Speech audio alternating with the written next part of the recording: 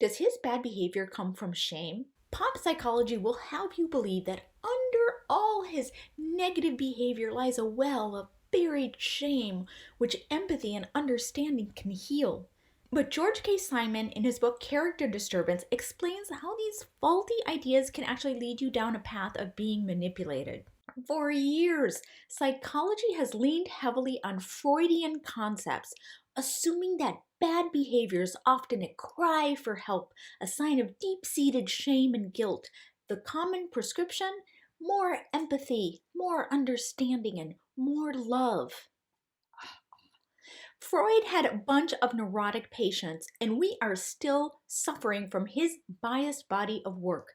If you are high in neuroticism, you have an excess of shame and guilt, and it's really hard not to project that onto other people and assume that if they are acting badly, that must be the cause.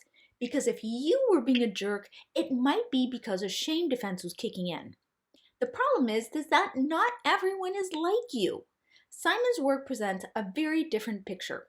Now, he says that people who use covert aggression have made a conscious trade-off. They've traded their empathy for entitlement. They don't suffer from an excess of shame and guilt. Rather, they lack appropriate levels of shame and guilt. Some of these guys might have decided to take this route after suffering from childhood shame. But when they decided that they never wanted to feel shame again, they threw out the baby with the bathwater. Because when you don't feel shame and guilt, you cannot feel empathy. And without empathy, your conscience is impaired. This creates serious character flaws, which George Simon calls character disturbance. Treating these guys as if they're in denial or motivated by subconscious forces can be a mistake. Simon argues that many are acutely aware of their actions. They're intentional, they're calculated, they're aimed at winning or getting their way.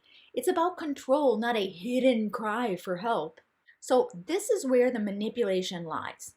They manage impressions to appear kinder, more reasonable than they actually are. It's not about healing hidden wounds. It's about maintaining power and control while seeming benevolent. You need to start recognizing that not all negative behavior stems from shame or subconscious motives.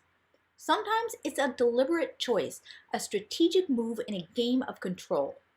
This understanding is vital, especially in intimate relationships where covert aggression can be mistaken for something more benign. Stay safe and follow for more research-backed tips on recognizing manipulation and control tactics.